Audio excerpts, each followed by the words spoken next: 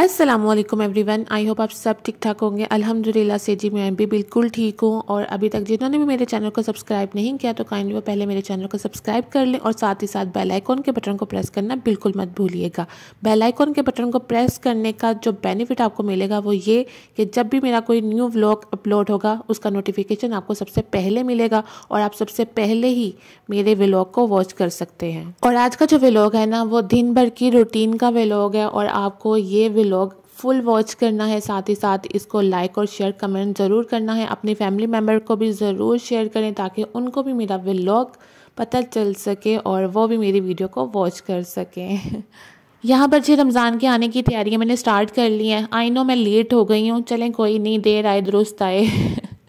तो बस ये सुबह उठते ही ना मैंने मलाइयों को बीट किया और बीट करने के बाद ना मैंने मक्खन निकाला और उसको मैंने चढ़ा दिया चूल्हे पे देसी घी निकालने के लिए। और इसको मैं मुसलसल हिलाती रहूँगी कि नीचे लगे ना, वरना देसी घी जब भी निकाले ना नीचे लग जाता है। और मैं इसको इतना कुक करूँगी कि जो आपने चम्मच में देख रहे हैं ना वाइट वाइट वो ब्राउन हो जाए और घी का कलर चेंज ना हो। बस इतनी हल्की आंच पे इसको पकाना है कि घी का जो कलर है ना वो बिल्कुल भी चेंज ना हो, इसी तरह प्यारा सा गोल्डन कलर रहे और खुशबू वाला रहे। तो बस यहाँ पर इसको मैं हिलाती रहूँगी। और हिलाने का मकसद तो सिर्फ इतना है कि ये देख लें आपके सामने है कि देसी घी के नीचे कुछ भी नहीं तय लगी, वरना देसी घी जब भी निकाले ना तो इतनी मोटी तय जम जाती है कि उसको धोना मुश्किल हो जाता है। मैं थोड़ा लेट ऊपर छत पर गई थी चांद देखने के लिए, क्योंकि मुझे था कि अभी चांद नज़र आएगा ही नहीं, वो तो चांद रात को नज़र आता है। लेकिन जब तक मैं ऊपर गई तब तक चांद थोड़ा नीचे हो गया हुआ था। तो लेकिन मैंने दुआ मांगी सबके लिए, अपने लिए भी और इस मुल्क के लिए भी। आप भी दुआ मांग लीजिए। अभी अभी ना मैंने ना न्यूज़ लगाई हुई थी, मैंने कहा देखूं कि सच में चांद नज़र आता है कि नहीं आता। लेकिन मेरे माइंड में एक बात सेट हो चुकी हुई है कि ईद का चांद हो या रमज़ान का चांद हो, रात के 10-11 बजे से पहले पहले इन लोगों को कभी भी नज़र नहीं आता। तो मैंने कहा कि चले मैं लगा लेती हूँ न्यूज़। लेकिन न्यूज़ जब मैंने लगाई तब अनाउंसमेंट हो रही थी कि चांद सच में नज़र आ गया, और वो भी इतनी जल्दी चांद नज़र आ गया हुआ है। और वो भी कह रहे हैं कि इतना क्लियर चांद नज़र आ रहा है। तो मैं भी बड़ा एक्साइटेड हुई, मैंने कहा चले मैं भी देखती हूँ जाकर। और फिर मैं छत पर गई चांद देखने के लिए, और जब मैंने चांद अपनी आंखों के सामने देखा ना तो I am very very happy कि समझ नहीं आ रही थी क्या करूँ। मम्मा ने मुझे कहा कि दुआ मांगो दुआ मांगो। तो मैंने दुआ मांगी है और अल्लाह ताला बस कबूल करे। और मैंने कहा चले कि पूछूँ तो सही चांद को कि इतनी जल्दी कैसे निकल आए हो, अभी तो मेरे काम भी बहुत ज़्यादा करने वाले पड़े हुए हैं। तो खैर आप सभी को रमज़ान का चांद बहुत बहुत मुबारक हो। अल्लाह ताला इस रमज़ान के सदके हम सब की तमाम मुश्किलें परेशानियाँ दूर फरमाएं और हम सबको अपने हिफ्ज़ व ईमान में रखें और इस रमज़ान के पूरे रोज़े रखने की हमें हिम्मत और तौफीक अता फरमाएं। आमीन सुम्मा आमीन। और मैं ना नमाज में ना हमेशा अल्लाह ताला से दुआ मांगती थी कि अल्लाह ताला हम पे और हमारे घर पे ना अपनी रहमतों के दरवाजे खोल दीजिए। और अल्लाह ताला ने सच में अपनी रहमतों के दरवाजे खोल दिए हुए हैं, क्योंकि रमज़ान का पहला अशरा रहमत का अशरा है। तो अल्लाह ताला का बड़ा ही एहसान है हम पे, क्योंकि ये रमज़ान भी मेहमान है। इसमें जितनी इबादत की जाए और अल्लाह ताला का जितना शुक्र अदा किया जाए उतना कम है। और चलें जी मैं अपने व्लॉग को स्टार्ट करती हूँ, क्योंकि मेरा काम बहुत ज़्यादा करने वाला पड़ा हुआ है। तो मैं वो काम स्टार्ट करती हूँ। अब जी मैं आ गई हूँ किचन में और अब मैंने अपना काम स्टार्ट कर लिया हुआ है और मैंने तमाम वेजिटेबल सब कुछ कटिंग कर लिया हुआ है। मैंने बस इसको अब मैंने कुक करना है। और आज मैंने 2 मिक्सर बनाने हैं, साथ में मैंने चने भी बॉईल करने के लिए रख दिए थे। इनको भी मैं बॉईल कर ना इनको मैं डिब्बे में डाल कर रख दूँगी और या फ्रूट चाट में या जो दही बूंदियाँ बनाते हैं उसमें डाल दूँगी या चना चाट बना लूँगी। और सहरी के लिए अंडे आलू बना लिए थे, क्योंकि डाइट की वजह से मैं आलू खा नहीं रही थी। तो मैंने कहा कि चले आज मैं ना अंडे आलू बनाती हूँ और आलू मैं खा भी लूँगी। और साथ में जी ये देसी घी जो मैंने निकाला था सुबह मैं नहीं दिखा पाई थी, तो मैंने सोचा कि चले मैं अब आपको दिखा देती हूँ। इतना प्यारा कलर और बहुत खुशबूदार ये बना है, क्योंकि होममेड था देसी घी। तो वैसे भी होममेड चीज़ें तो बेस्ट होती हैं। और ये पॉट मैंने इसको वॉश किया था, क्योंकि चूल्हे के पास पड़ा हुआ है ना तो चिकनाहट की वजह से इतना गंदा हुआ पड़ा था ना, तो मैंने उसको वॉश किया और इतना ग्रीन ग्रीन निकला ना, बड़ा खूबसूरत लग रहा था। अब जी मैंने कुकिंग स्टार्ट कर दिया और अब मैं बनाने लगी हूँ आलू और मटरों का मिक्सर, जो कि बहुत ज़्यादा मज़े का बनता है और लाइट वेट है और यानी अच्छा लगता है मुझे। तो इस वजह से मैंने इसको बनाया। इसके लिए मैंने घी लिया। घी मैंने थोड़ा सा ज़्यादा लिया था, क्योंकि आलू है ना तो आलू में जब घी ऐड करें ना तो वो इतना यानी नज़र नहीं आता, लेकिन उसको थोड़ा सा ना चिकना चिकना भी रखना था, तो इस वजह से।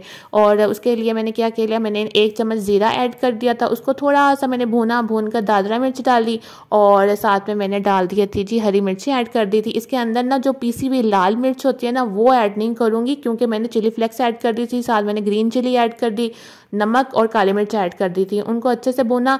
प्याज जब मैंने डाल दिए थे, प्याज को ज़्यादा कुक नहीं करना, उनको थोड़ा ना क्रंची क्रंची रखना था। मैंने रखकर उसके अंदर मैंने आलू ऐड कर दिए थे और आलू मैंने बॉयल किए हुए और उनको मैंने ना क्यूब्स में कट कर लिए थे, क्योंकि इस तरह ना ज़्यादा अच्छा लगता है और ज़्यादा मैशी मैशी की यानी लुक नहीं आती है। और उसके अंदर मैंने बॉयल मटर ऐड कर दिए थे, हरा धनिया ऐड कर दिया और लास्ट में मैंने गरम मसाला ऐड कर दिया। और आप इसकी लुक चेक करें ज़रा। अब बारी आती है जी दूसरे मिक्सचर को रेडी करने के लिए। जो मैंने पहले मिक्सचर रेडी किया था ना, उसको मैंने ट्रे में डाल दिया ताकि वो अच्छे से ठंडा हो जाए। देन उसके बाद फिर मैं उसको ना पट्टियों में फिल कर लूँगी। मैंने सोचा कि जब तक वो मिक्सचर ठंडा होता है ना, तब तक मैं दूसरा मिक्सचर रेडी कर लेती हूँ। यहाँ पर जी मम्मा दही चेक करवाने के लिए लेके आई कि चेक करो माशाल्लाह से कितना अच्छे से दही जम चुका हुआ है। अब इसको मम्मा फ्रिज में रख देंगी ताकि जब हम सहरी के टाइम खाएं ना तो थोड़ी ठंडी ठंडी फील हो, क्योंकि हमेशा दही ठंडा ही खाया जाता है, तो इस वजह से। अब दूसरा मिक्सचर रेडी करने के लिए मैंने क्या किया, मैंने घी लिया, उसके अंदर मैंने बारीक कटी हुई प्याज ऐड कर दी, उसको मैंने जस्ट सिर्फ फ्राई किया था, उसका कलर चेंज बिल्कुल नहीं किया था। उसके अंदर मैंने क्रश की हुई गाजरें ऐड कर दी थी,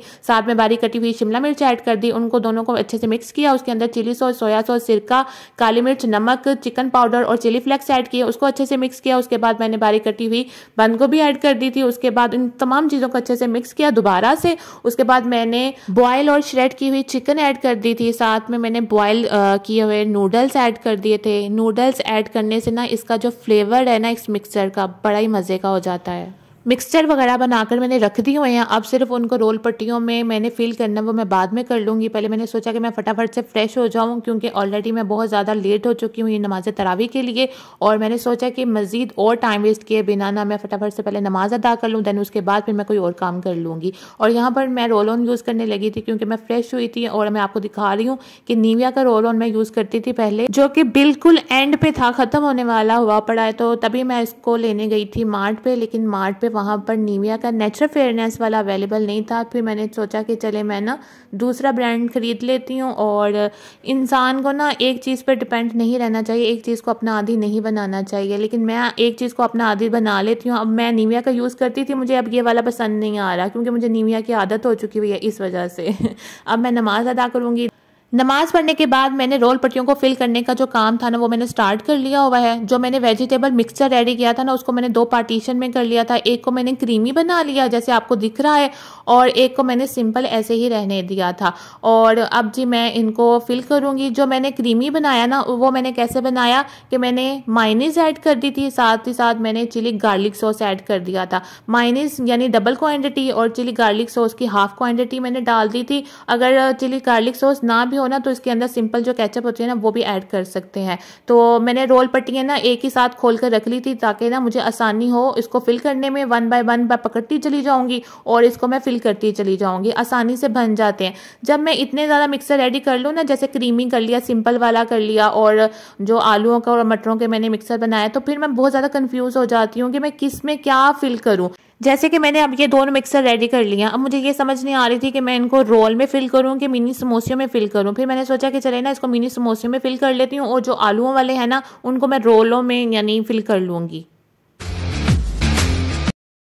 चलें जी, पूरा 1 घंटा लगाकर मैंने इनको फिल कर लिया हुआ है। और मिनी समोसियों की आप शेप चेक करें, माशाल्लाह से कितनी प्यारी शेप अच्छी आई है, कोई टेढ़ा मेढ़ा नहीं है। मैं परफेक्ट शेप बनाती होती हूँ मिनी समोसियों की। और मिनी समोसियाँ बनाने में मेरा हाथ बहुत ज़्यादा खुला है, मैं मिनटों में इतनी ढेर सारी मिनी समोसियाँ बना लेती हूँ। हाँ, रोल बनाने में मेरी जान जाती है क्योंकि उनको परफेक्ट शेप देने में ना बहुत मुश्किल पेश आती है मुझे, तो इस वजह से मैं रोल कम बनाती हूँ, मिनी समोसे में ज़्यादा बना लेती हूँ। मैंने ना इनको लेयर वाइज रख दिया हुआ है। अब इनको मैं फ्रीज करूंगी और कुछ दिन मेरे आराम सुकून से गुजर जाएंगे। इफ्तार के टाइम निकालेंगे और इनको फ्राई कर लूंगी।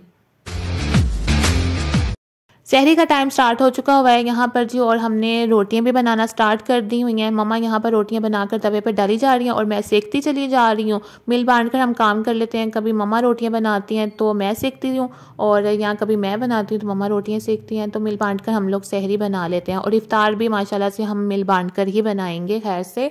तो बस यहाँ पर 1 बाय 1 मैं रोटियाँ सेकती चली जा रही हूँ और क्रिस्पी से बना रही हूँ क्योंकि हमारे घर में क्रिस्पी से पराठे खाए जाते हैं। तो मैं सिंपल लूँगी पराठे आटा यानी जो जब मम्मा पेड़ा बनाती है ना रोटी का, उसके अंदर भी मम्मा घी ऐड करती है, तो मैं वो बस सिर्फ ऐड करूँगी देसी घी, और देसी घी मैं ऊपर नहीं लगाऊंगी, यानी रोटी के अंदर देसी घी होगा, बाहर नहीं होगा। वो एक्स्ट्रा हो जाएगा, अगर अंदर भी हो तो बाहर भी मैं लगा लूँ। और बाकी जो घर वालों के लिए रोटी बन रही थी ना, वो रोटियों के ऊपर भी घी लग रहा था और रोटियों के अंदर भी था। डाइट पे वो लोग नहीं थे, सिर्फ मैं थी। और मैंने सोचा हुआ है कि रमज़ान में ना मैं जितनी बदपरहेज़ी कम करूँ ना, उतना मेरे लिए ज़्यादा अच्छा है।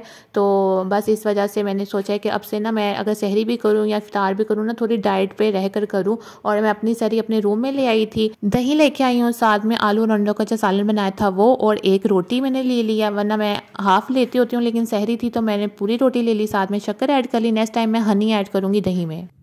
अल्हम्दुलिल्लाह जी, सहरी कर ली है। रमज़ान की पहली सहरी माशाल्लाह से खैरियत से हो चुकी हुई है और अजान भी हो चुकी थी। मैंने अभी अभी नमाज अदा की है, तो मैंने सोचा कि मैं इस व्लॉग का यहीं पर ही एंड कर देती हूँ, क्योंकि ये व्लॉग बहुत ज़्यादा ना लंबा होता चला जा रहा है। क्योंकि सहरी के व्लॉग में ना मैंने रमज़ान की प्रिपरेशन का भी व्लॉग ऐड कर दिया, क्योंकि मेरे पास टाइम ही नहीं था। तो आज के दिन ही मैंने रमज़ान की प्रिपरेशन किया और आज ही तो सहरी हो गई है, तो इस वजह से तो मैंने सोचा कि चलें आज का जो व्लॉग है ना वो मैं यहीं पर एंड करती हूँ, और जो इफ्तार का व्लॉग होगा वो मैं अलग से सेपरेट बना लूँगी और फिर मैं आप लोगों के साथ शेयर कर लूँगी। तो फिर इस व्लॉग का एंड मैं आज यहीं पर ही करती हूँ। आपसे मिलती हूँ कल एक इफ्तार के व्लॉग में। तब तक अपना बहुत ज़्यादा ख्याल रखिएगा, दुआ में मुझे और मेरी फैमिली को याद रखिएगा। ओके जी, अल्लाह हाफिज़, बाय बाय।